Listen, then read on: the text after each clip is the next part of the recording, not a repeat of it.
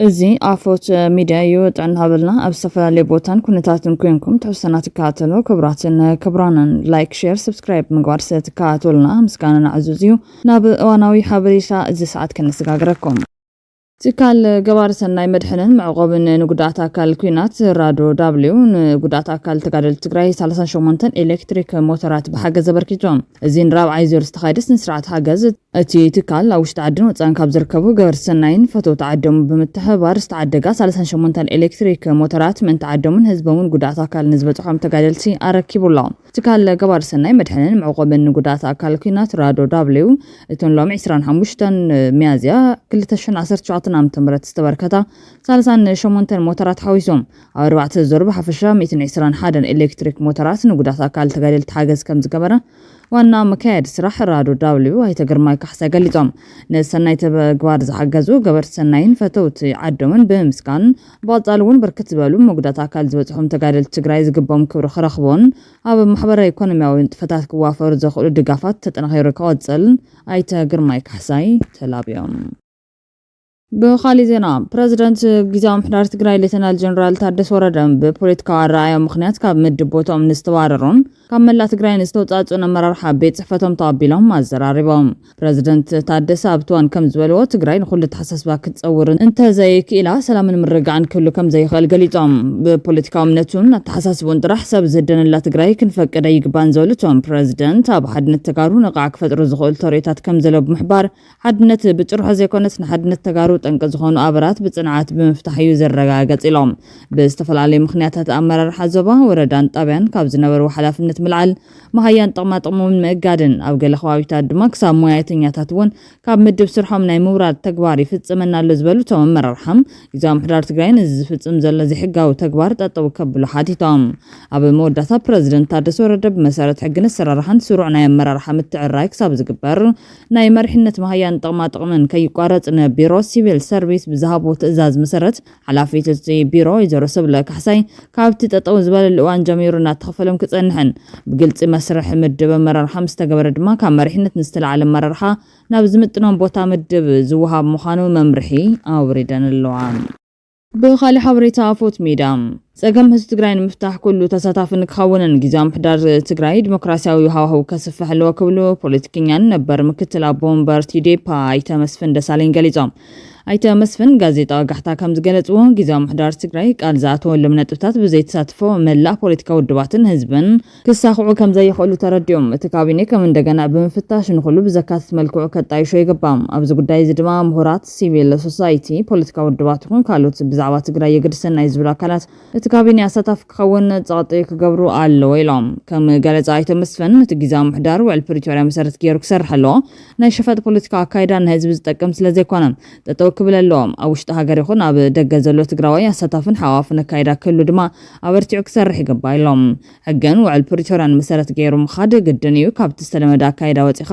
حقاون ان حزبي ኣብ ዝጠቅም ኣካይዳን መሰረት ጌርካ ምኻድ ተዚሃልዮም ህዝቢ ትግራይ ካብቲ ዝኣተወ ፀገም ክወፅእ ኣይኽእልን ክብሉ ገሊፆም ንትግራይ ዝጠቕማ ናይ ኩሉ ተሳትፎን ተቐራሪብካ ምስራሕን ዝበሉ ኣይተመስፍን ናይ ኩሉ ሰብ ሓሳብ ክድመፅን ብሓሳብ ዝኣምንን ምቹ ፖለቲካዊ ሃዋህው ኣብ ትግራይ ክህሉ ኩሉና ኣጃምና ክንዋፅእ ኣለና ኢሎም ብምድፋእ ለውጢ ክመፅእ ስለዘይኽእል ሓቢርካ ምስራሕ ክልመድ ኣለዎ ዝበሉ ፖለቲከኛ ኣይተመስፍን ሕጊ መሰረት ገይሩ ዘይሰርሕ ኣካል እንትህሉ ኩሉ ብንቕሓት ብምስታፍ ጉግያት ኣካይዳ ክእረሙ ክገብር ኣለዎ ኢሎም ፀገም ፖለቲካ ትግራይ ብዘላቕነት ክፍትሐሉ ዝኽእለሉ ነገራት ክህሉ እንተኾይኑ ኣብ ረብሓ ህዝቢ መሰረት ገይርካ ኩሉ ክቃለስ ኣለዎ ክብሉ ድማ ተዛሪቦም ኣለዎ ሚድያታት ብልጽግና ንሃገርነት ኤርትራ ከም ዘይቕበላ ዝገልጽ ፕሮግራማት ምስራሕ ጀሚረን ሕቶ ኣፍ ደገ ባሕሪ ኢትዮጵያ ብዓለም ለኸ ማሕበረሰብ ድጋፍን ተቐባልነትን ንኽረክብ ቀጻልነት ዘለዎ ጥንኩር ዲፕሎማስያዊ ስራሕ ምስራሕ ከም ዘድለየ ፕሬዚደንት ኮንፌደሬሽን ስራሕቲ ኢትዮጵያ ኢንጂነር ጌታሁን ሁሴን ኣፍሊጦም እቲ ስራሕ ተሳትፎ ኩሉ ኢትዮጵያዊ ዝሓትት ከም ዝኾነ ድማ ሓቢሮም ኢንጂነር ጌታሁን ሁሴን ቲፒኢ ከም ዝገለጽዎ ሕቶ ኣፍ ደገ ባሕሪ ኢትዮጵያ حتولونا حزب هاجرنا مخان حبرت سوعلم باغباو تجنزبهم دقاف نكبو نمقبار تنكورن قتالنا زلون دبلوماساو سراح مسرحي حتت من قصاب زعزوان إثيوبيا ونان يتبر بحر نمقبار جمرة قوسكواس زبراتات عمخان زقالتو إنجنر جيتون بفلاي تاريخاو دحر بايتاتات بمتقاسن بمنصر هاجرنا بزحزوان زلوا قطر حزبن بمنصر نعبي زلو إيكونوميان ناي عرساف دق بحر مهلاو كندينا وسان قدام مخان مردا كم زد لحبيرام سرعتي دبلوماسيين من قصت راح زقدف زي كونس لكعهم قد بداسن كل إثيوبياوي نزنقح تساتفو زحتز مواقر جل هزباو دبلوماسيا وتأزنور إثيوبيان تولد إثيوبيان فتوتي إثيوبيان ببزلو وخينم كسرحو زقبا عبي هاقراو قداي كم زخونة አረዲዮም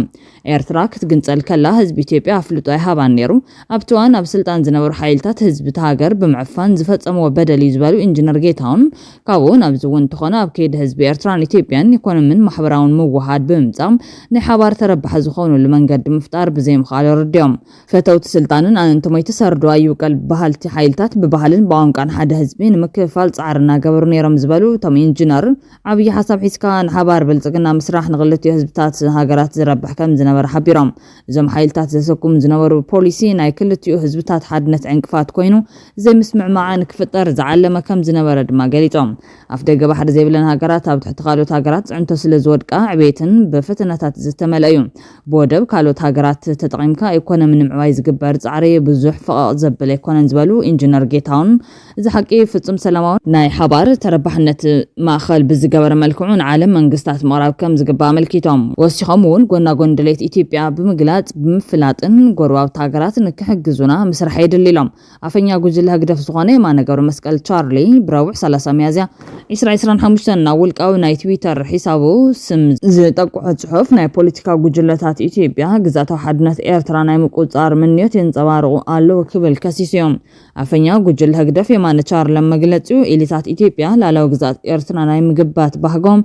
በመፍረራን ዝተዛብዐ ናይ ታሪኽ ስነ ሞጎትን ብምቕራብ ከረጋግጽዎ ይህቅኑ ኣለው ዝበለ ኮይኖም በዚ ምኽንያት ጉጅለ ህግደፍ ትዕግስቱ ይውድም ህላውን ቀይሕ መስመር ይጥሕስ ምህላውን ከረድ ፈቲኑ ዝርከብ በፌደራል መንግስት ኢትዮጵያ ተዓዲመን ኣብ ኩናት ኣትየ ብማል ኣብ ኩናት ጽንተ ትግራይ መናስያት ኤርትራ ዝህለቐን ገናውን መስዋዕት ምንጋር ገሪፉ ዝርከብ ጉጅለ ህግደፍ ነቲ ደፊሩ ኣብ ልዕሊ ግዛታዊ ሓድነት ኢትዮጵያ ብምታው ዝፈጸሞ ገበናት ኩናት ብምኽዋል ኢትዮጵያ ቀይሕ መስመር ትጥሕሰላ ምባሉ ንብዙሓት ዘገረመ ኮይኖም ላላው ክብርታት ጎረባብቱ ዘይኽበረ ጉጅለ ብሉዓላው ግዛተይ ይድፈረለ በማል ካልኦት ክኻሰስ ዘይግቦ ክነሱ ከምኡ ክብል ምድፋሮም ናይ ደወል መልእኽቲ ነቲ ጉጅለ ህግደፍ ዝህንጠየሉ ዘሎ ናይ ጥፋት ኩናት ምዃኑ ይዘመን ምስ ኃይልታት ህወሓት ናይ ክልል ትግራይን ኃይልታት ፋኖ ናይ ክልል ኣምሓራን ሽርክነት መስሪቱ መንግስት ብልጽግና ካብ ስልጣን ንመላይ ኣብ ስራሕ ምህላው ብግልጽ ዛወጀ ጉጅለ ህግደፍ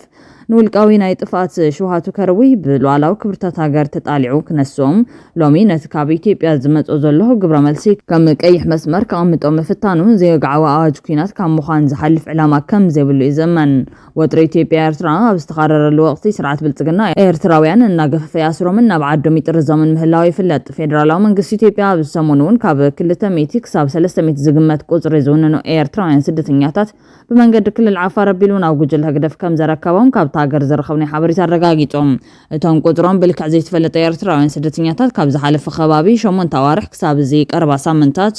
ኣብ ዝተፈላለዩ ኣብያተ ፖሊስ ከተማ አዲስ አበባ ተዳጊኖም ዝጸንሑ ምዃኖም ዝጠቕሰት ሓበሬታ ካብ አያት ፖሊስ ጣብያ 46 ካብ ጨፌ ፖሊስ ጣብያ 30 ካብ ኣምባሳ ጋራጅ ጣብያ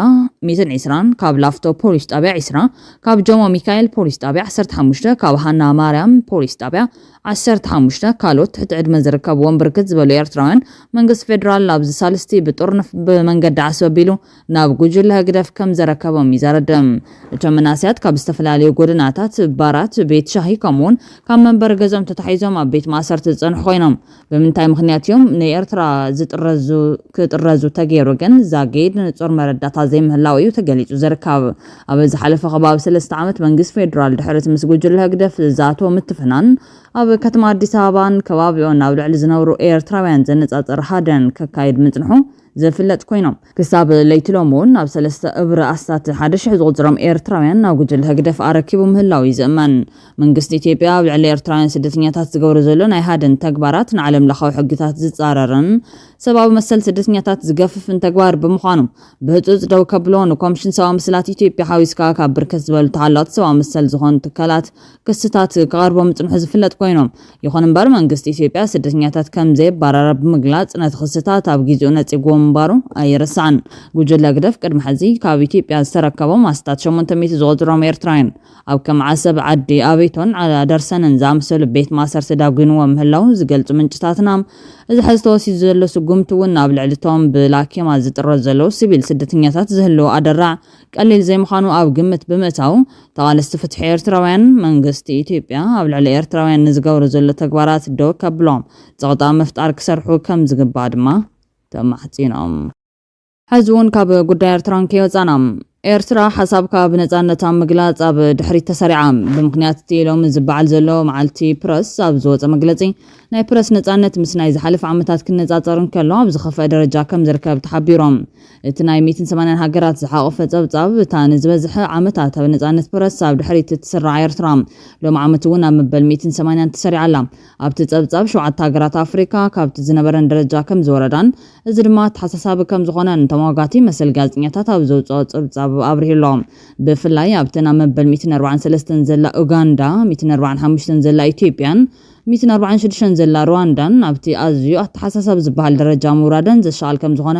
ትጸብጻብ የመልከት እታ ኣብ ጭራ መበል 180 ተሰሪዓ ዘላ ኤርትራ ንልዕሊ 24 ዓመታት ዝኣሰርቶም ጋዜጠኛታት ከም ዘለውን እዚ ድማ ነቲ ሃገርን ንዝበዝሕ ዓመታት ንጋዜጠኛታት ዝኣሰረት ሃገር ከም ዘብላን እቲ ጸብጻብ ገሊጹሎም ኤርትራ ኣብ 18 መስከረም 2001 ነተን ዝነበራ ናይ ግል ጋዜጠኛታት ብምዕጻው ነቶም ኣብአን ዝሰርሑ ዝነበሩ ዝበዝሑ ጋዜጠኛታት ድሕሪ ምእሳር ኣብቲ ሃገር ዝኾነ ናይ ግል ሚድያ ኣይፈቐደተን ሰበብ በተን እንኮ መንግስታውን ማዕኸን ዜና ዝኾና ራድዮ ጋዜጣን ቴሌቪዥንን ካብ መንግስቱ ሓበሬታ ይረከብ ኣብ 2001 ብጉጅለ 15 ዝፍለጡ ላዕለዎት ሚኒስትራትን መራሕቲ ሰራዊትን ብቁልዕ ደብዳቤ ቅዋም ክንትገብሩ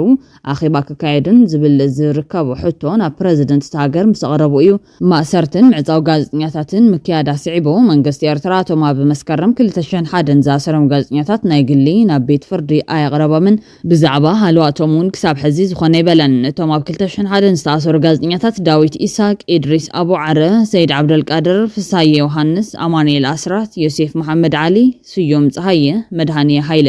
ሳሊሕ ኢድሪስ ሰይድ ዳዊት ሀብተ ሚካኤል ማቴዎስ ሀብታብ ሐሚድ መሐመድ ሰይድ ሚልኪያስ ሀብታብን ሳህለ ጸጋ ዝኣብን እዮም ኣብ ዝተፈላለዩ እዋናት እውን ተኣሲሮም ክሳብ ሕዚ ዘይተፈትሑን ተኣሲሮም ዝተፈትሑን ኤርትራውያን ጋዜጠኛታት እውን ኣዝዮም ብዙሓት እዮም ኢትዮጵያ ብመሰረት ዝወፀ ጸብጻብ ኣብ ዓመት ካብ ጣዕም ዝነበረቶ ደረጃ ብ4 ደረጃ ወሪዳያ መበል 145 ደረጃ ተሰሪዓ ዘላ ቀድሚ ቁሩብ ዓመታት ኣብ መሰል ሓሳብካ ምግላጽን ናብ ነጻነት ፕረስን ጽቦም ምሕሻት ሪያ ዝነበረት ኢትዮጵያ ሕዚ ግን ካብ ዓመት ናብ ዓመት ደረጃ እናንቆልቆለ ይመጸሎም ዓሚ ኣብ 141 እኳ ተሰሪዓ እንተነበረት ሕዚ ግን ብ4 ጎዲላ መበል 145 ተሰሪዓ ኣላ ኖርዌይ ኢስቶንያ ኔዘርላንድስ ስዊድን ፊንላንድ ዴንማርክ አየርላንድ ፖርቱጋል ስዊዘርላንድ ቼክ ሪፐብሊክ ነተን ብነጻነት ሓሳብካ ምግላጽን መሰል ጋዜጠኛታት መኽባርን ኣብ ቅድሚት ተሰሪዐን ዘለዋ 10 ሃገራትን እታ ኣብ መበል 57 ተሰሪዓ ዘላ ሕብራት መንግስታት ኣሜሪካ ዶናልድ ትራምፕ ናብ ስልጣን ድሕር መምጽኡ ካብ ጣዕም ዝነበረቶ ብክልተ ደረጃ ወሪዳላ እቲ ንመዓልቲ ፕረስ መልኪቱ ዝወፀ ጸብጻብ እቲ ማሕበር ካብ ቅድሚ 23 ዓመታት ጀሚሩ ዓመታዊ ጸብጻብ ከውፅእ ካብ ዝጀመረሎ ዓመት እታ ዝበዝሐ ገሰት ብነጻነት ሓሳብካ ምግላጽ ዝተራየላ ዓመት መንባራ ኣብ ጸብጻቡ ኣስፊሩሎ ፍርቂ ካብ ህዝቢ ዓለም እውን ኣብተን ብገሰት ብነጻነት ሓሳብካ ምግላጽ ኣብ ደረጃ ተሓሳሳቢ ዝርከቡ ሃገራት ዝነበሩ ምዃኖም ኣተሓሳሳቢ ከም ዝገብሮ ገሊጹሎም ክብራትን ክብራንን ካብ ኣፎት ሚድያ ዝተዳለወት ሕዝቶ ሰዓት ተቐሪብና ዛዚምና ላይክ ሼር ሰብስክራይብ ምግባር ቤተሰብ ኣፎት ኩኑ ሰናይ ግዜ ንምና